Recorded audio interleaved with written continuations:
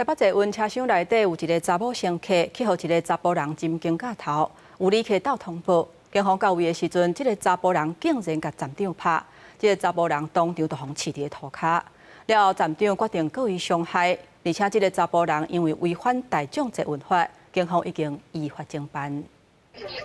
警方到现场时阵，这互人看到伫车厢内底前女乘客倒肩胛头查甫人情绪不稳定，竟然攻击站长，被保全压制。警方调查，被骚扰女乘客是外籍女性，伊表示暂时无追究了就离开。台北捷运公司表示会协助站长向这查甫人提出伤害告诉。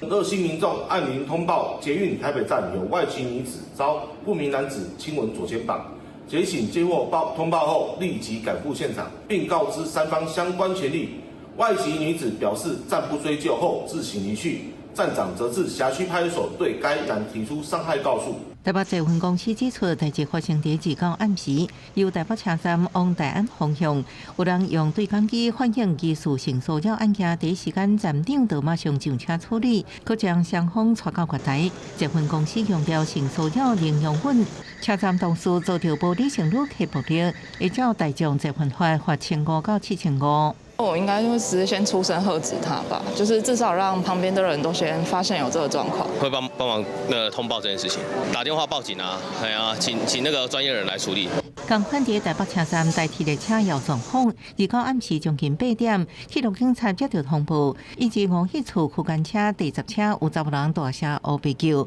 通报旅客表示查甫人上车为月台就开始骂人。 好了，小声一点，小声一点。环境上车可能，按过这些拍查人情绪依然真激动，而且是黑白乱讲，为顾虑其他乘客安全，在邦桥站将可能落车，经过调查发现，伊竟然受窃盗早起顶来按遭到通缉。专案调查了后，改送到法部通缉的地检署来归案。记者综合报道。